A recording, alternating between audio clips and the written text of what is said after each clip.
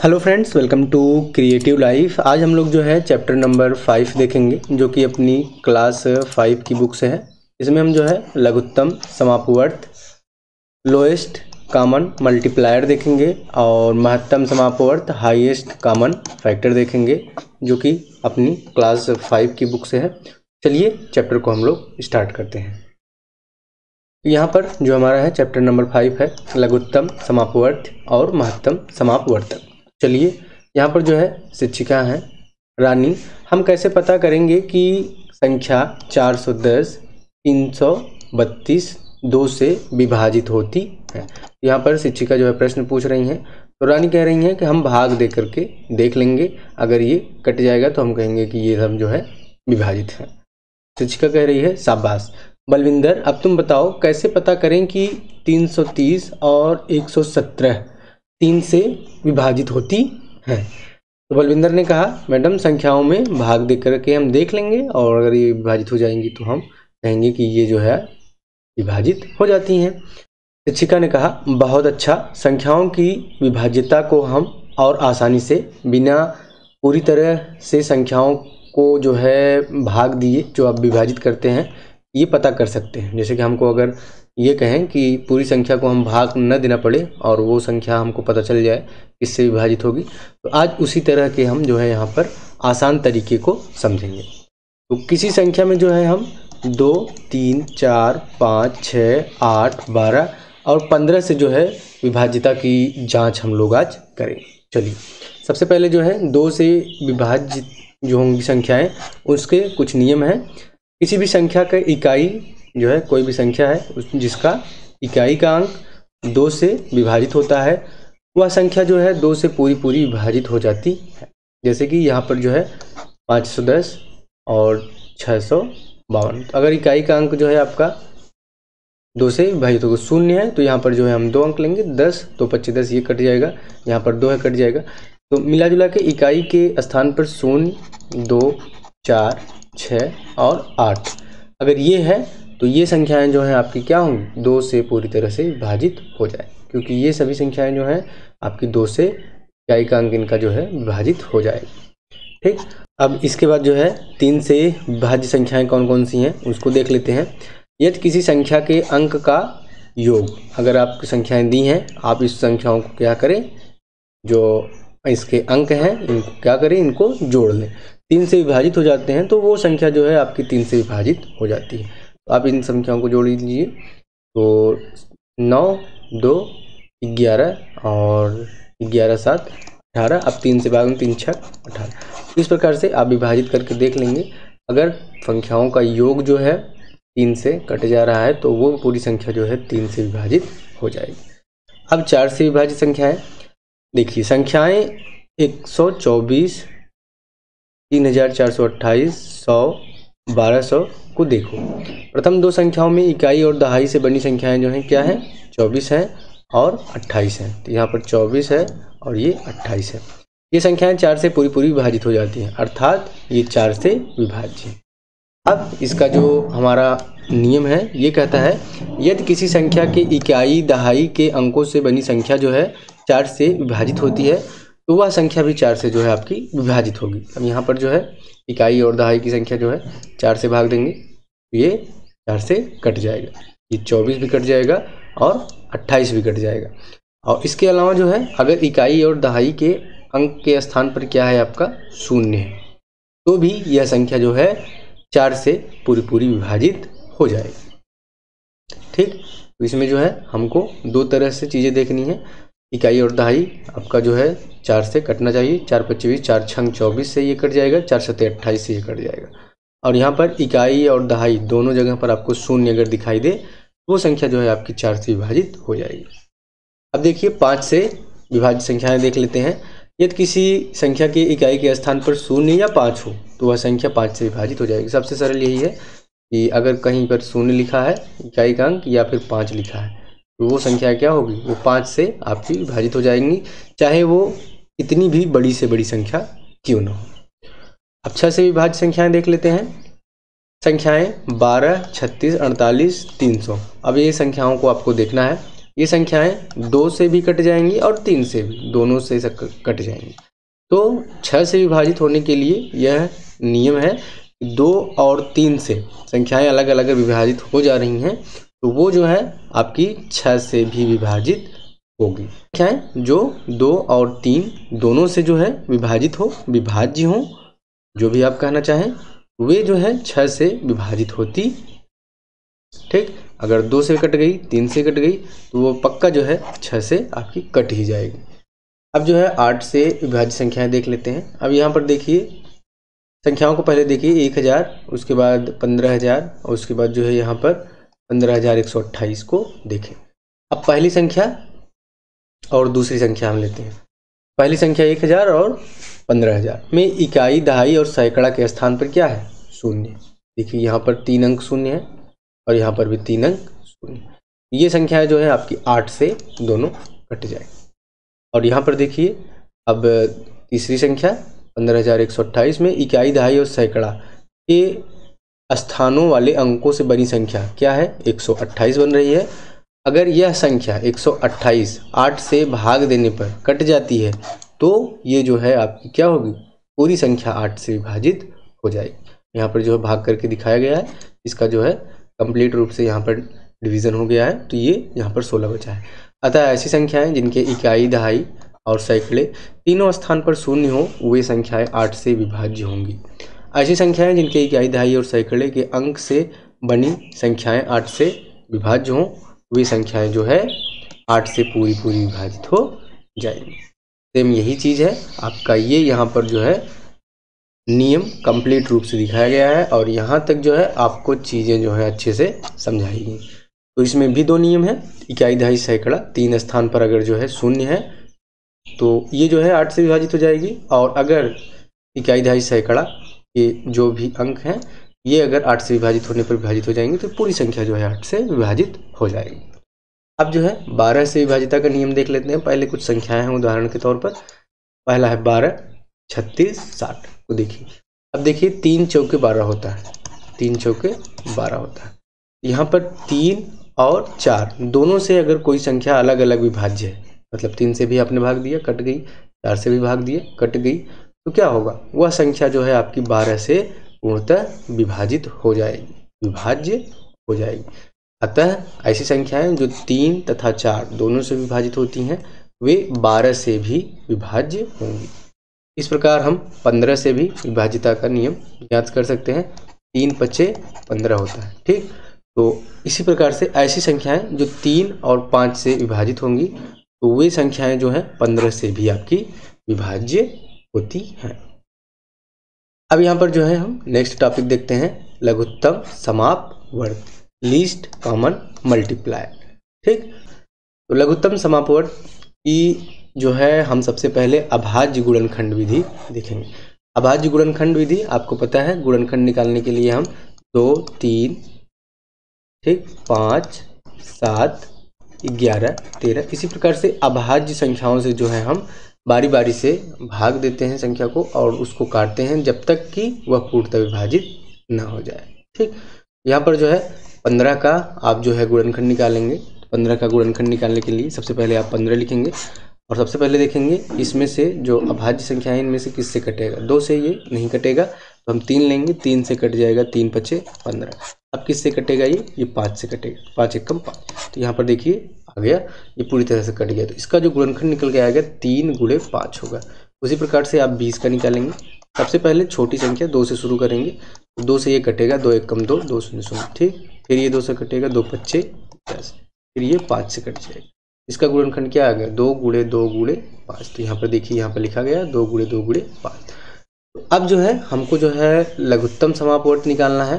तो सबसे पहले जो दोनों में कॉमन होगा उसको हम एक ही बार लिखेंगे और जो यहाँ पर कॉमन नहीं है वो उसको हम वैसे लिखेंगे। जैसे 2 गुणे सबसे छोटे से शुरू करेंगे, ये हो जाएगा 2, यहाँ पर लिखा भी गया है 2 गुणे 2 गुणे, अब उसके बाद 3 नहीं कॉमन है तो 3 लिख देंगे और जो कॉमन रहेगा उसको हम सिर्फ एक ही बार लिखेंगे। यहाँ पर हमने 5 लिख दिया।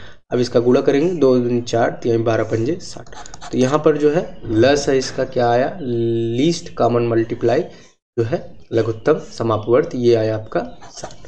ठीक, इस प्रकार से आप यहाँ पर 8, 12 और 30 का भी लसागु निकालेंगे। सबसे पहले आप गुणनखंड निकालेंगे। 8 का 2 दूनी 4 दूनी 8 हो जाएगा। 12 का 2 दूनी 4 तिहाई 12 हो जाएगा। 30 का 2 या 6 पंजे 30। अब इसमें जो कॉमन है सबसे पहले उसको लिख लीजिए। 2 गुणे ये भी कॉमन है 2, ठीक। अब उसके बाद ये कॉमन नहीं है, ये अलग से बचा है तो इसको अलग से गुणा कर लीजिए। अब उसके बाद 3 ये कॉमन है तो इसको 3 यहाँ पर लिख लीजिए। उसके बाद यहाँ पर 5 लिख दीजिए। अब इसको आप गुणा कर दीजिए। तो इसको गुणा करके हम लोग देख लेते हैं। तो ये हो जाएगा 2 दूनी 4, 4 दूनी 2 दुआई 4 दूनी 8, 8 तिरिक 24, 24 में हम गुणा करेंगे इसका 5 का, 5 चौके 20 शून्य फिर लगा दो, 5 दूनी 10 2 12। ये हो जाएगा आपका 120, ठीक। यहाँ पर जो है आपको यही सब चीज़ें यहाँ पर समझाई गई हैं। जो उभयनिष्ठ हैं उनको जो है आपको कॉमन कर लेना है और जो अलग से हैं उनको आपको अलग से लिख देना है, ठीक। इस प्रकार से इसका जो लस आएगा वो 120 आएगा।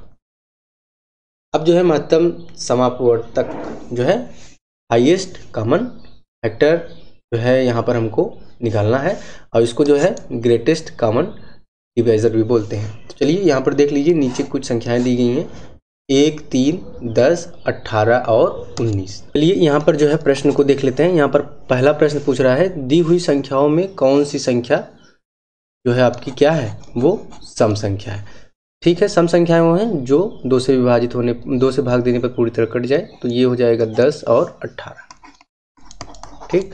और उसके बाद पूछ रहा है दी हुई संख्याओं में जो है कौन सी संख्या विषम है जो 2 से भाग देने पर ना कटे। तो 3 और 19, 3 जो है और 19 2 से भाग देने पर नहीं कटेगा। उसके बाद पूछ रहा है दी हुई संख्याओं में कौन सी संख्या अभाज्य संख्या है। अभाज्य संख्या है मतलब जो एक और स्वयं के अलावा और किसी से न कटे। ऐसा जो है 3 है और 19 है, ठीक। 19 भी और किसी से नहीं कटेगा, सिर्फ एक से कटेगा और 3 भी सिर्फ एक से ही कटेगा। और उसके बाद पूछ रहा है क्या 18 और 19 सह अभाज्य संख्याएं हैं। देखिए 19 का जो है जो 1 और 19 से कटेगा और 18 में भी जब आप किसको करेंगे 1 जुड़े 2 गुणे 3 और 3 दूनी 6 तिरिक 18, ठीक। 2 तिहाई 6, 6 तिरिक 18। यहाँ पर जब दोनों का कॉमन आप खोजेंगे तो सिर्फ एक ही आएगा, इसलिए जो है ये दोनों जो है सह अभाज्य संख्याएं हैं तो हाँ बोलेंगे आप, ठीक। इस जब 2 संख्याएं दी गई हों, कोई भी अगर 2 संख्या दी गई हो और उनका सार गुणनखंड मतलब कि उभयनिष्ठ गुणनखंड जो है 1 हो, देखिए यहाँ पर एक ही है तो यहाँ पर जो है ये संख्याएं क्या हैं, सहभाज्य संख्याएं हैं, ग्रुप प्राइम नंबर्स हैं। अब यहाँ पर नीचे दिया गया है दी हुई संख्याओं में कौन कौन सी संख्याएं भाज्य हैं। तो भाज्य संख्याएं वे हैं जो कि एक और स्वयं के अलावा और भी अन्य संख्याओं से कटती हैं, जैसे 10 हो गया और ये 18 हो गया, 10 और 18 हो गया। अब यहाँ पर कह रहा है दी हुई संख्याओं में कौन कौन सी संख्याएं हैं जो ना तो भाज्य हैं ना अभाज्य हैं। यहाँ पर बच रहा है एक, आपका यही जो है हो जाएगा, ठीक। चलिए अब इसके बाद आगे देख लेते हैं। तो हमको जो है महत्तम समापवर्तक निकालना है। तो महत्तम समापवर्तक में गुणनखंड विधि से हम सबसे पहले निकालेंगे, जैसा कि हमने जो है लघुत्तम समापवर्त निकाला था और वो जो है गुणनखंड विधि से था, तो यह भी आपका गुणनखंड विधि से ही है। आओ देखें 15 और 18 का अभाज्य गुणनखंड पहले निकालेंगे, ठीक।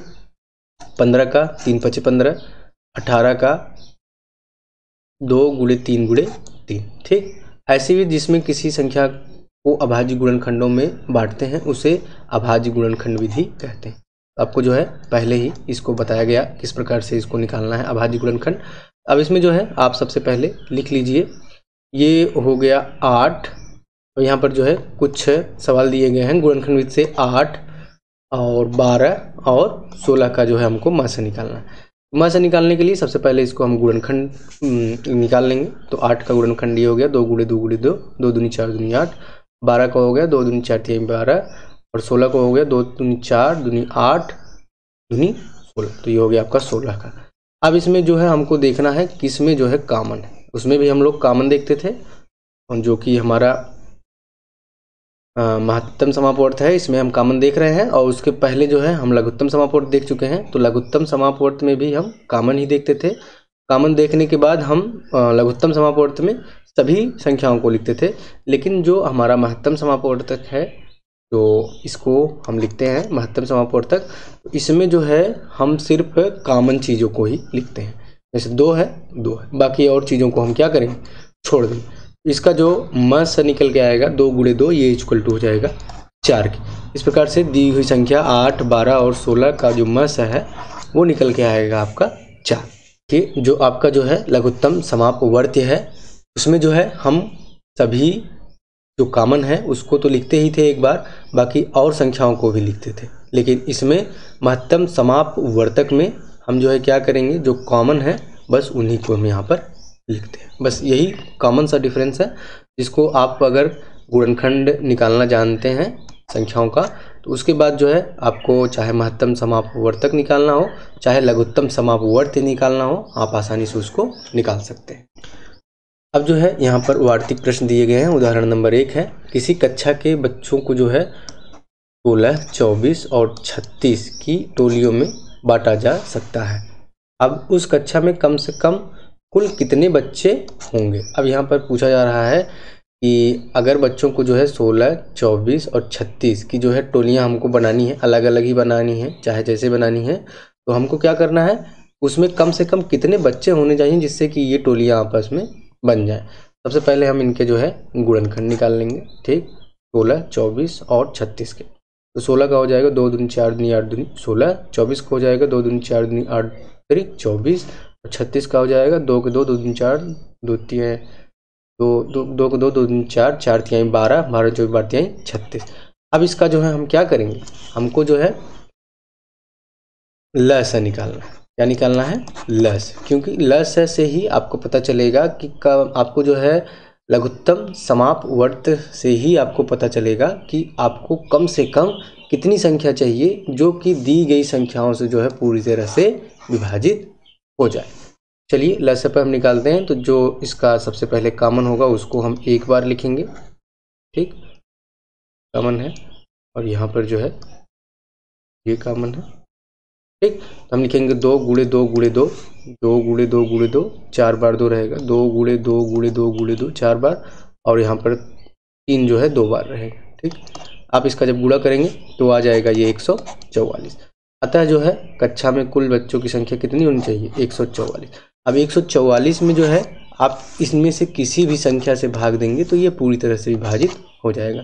इस प्रकार से आपको अगर उनकी टोलियाँ बनानी है तो अगर 144 बच्चे हैं तो आप जो है सभी प्रकार से टोलियाँ इनकी बना सकते हैं। अब इसी प्रकार जो है उदाहरण नंबर 2 दिया गया है, 3 बर्तन में क्रमशः जो है 28, 56 और 84 लीटर तेल है।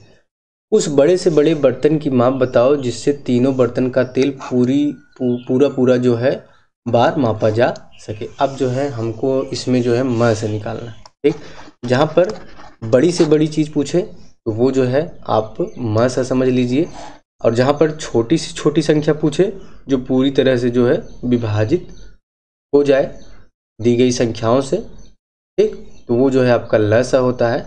और जब बड़ी से बड़ी संख्या पूछे जो दी गई संख्याओं को पूरी तरह से विभाजित कर दे, वो जो है आपकी म सा होती है। यहाँ पर जो है हम सबसे पहले गुणनखंड कर लेंगे, 28 का, 56 का और 84 का। 2 दूनी 4 और 28, 2 दूनी 4 दूनी 8 सत्ते 56, 2 दूनी 4 तिहाई 12 12 जो 12 तिहाई 36 12 सत्ते 84। ठीक, अब इसमें जो है हम जो कॉमन है बस वही लिखेंगे क्योंकि हम म से निकाल रहे हैं। ये हो जाएगा 2 दूनी 4 और 28। तो जो ये हमारा बर्तन होगा वो 28 लीटर का बर्तन होगा। अगर 28 लीटर का बर्तन है, आप जो है इस बर्तन से कई बार उपयोग करके आप 56 लीटर भी जिसको देना हो उसको भी दे सकते हैं, और 84 लीटर भी देना है जिसको उसको। यहाँ पर ल स के बारे में हम चर्चा कर लेते हैं और म स के बारे में चर्चा कर लेते हैं। जैसा कि आपने देखा ल स जो है आपको वह छोटी से छोटी संख्या होगी जो दी गई संख्याओं से विभाजित हो जाएगी। अगर 2 संख्याएं दी हैं, 3 संख्याएं दी हैं, तो वो जो तीनों संख्याएं हैं वो ल स से आप भाग देंगे तो वो जो है वो आपका उससे कट जाएगा। और म स जो है वह बड़ी से बड़ी संख्या है, जो आपकी मैक्सिमम बड़ी से बड़ी संख्या है जो दी गई संख्याओं को जो है पूर्णतः विभाजित कर देगी। यहाँ पर दी गई संख्याओं को विभाजित कर देगी और लस में संख्याओं से जो है वो विभाजित हो जाएगी। इसलिए इसको जो है लघुत्तम समापवर्त्य कहते हैं और ये जो है महत्तम समापवर्तक।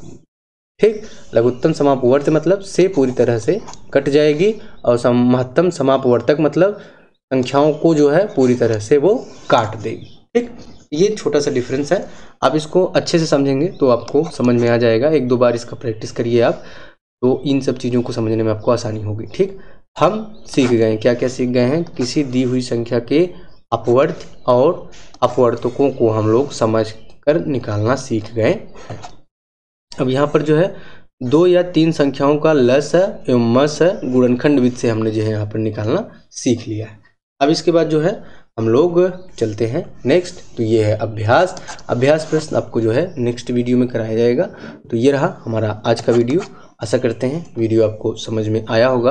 अगर नहीं समझ में आया है तो आप एक बार वीडियो को फिर से देखिए। अगर कोई त्रुटि हो वीडियो में, वहीं पर कोई समस्या हो तो आप कमेंट जरूर करें, उसको जो है फिर से रिव्यू किया जाएगा। तो मिलते हैं आपसे नेक्स्ट वीडियो में, तब तक के लिए good bye and take care.